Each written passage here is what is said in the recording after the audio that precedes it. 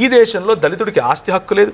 దళితుడు ఇంట్లో దాన్ని ఏమంటారు, కొబ్బరికాయల చెట్టు ఉందనుకోండి ఉదాహరణకు, చూస్తాడు ఎవడు ఆసామి, రే బాగుందిరా కోసుకొచ్చి అంటే నోరు మూసుకొని తీసుకుని ఇవ్వాలి. అది అప్పటి ధర్మశాస్త్రం.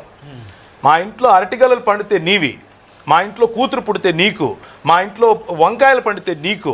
మా దగ్గర నుంచి బ్రిటిష్ వాడు ఎక్కడ కొల్లగొట్టాడు? ఎలా కొల్లగొడతాడు? అసలు వాడు మా ఇంటికే రాడు, మీ దగ్గర ఆగిపోయాడు కదా. ఊళ్ళో కొల్లగొట్టించి ఇచ్చింది మీరు.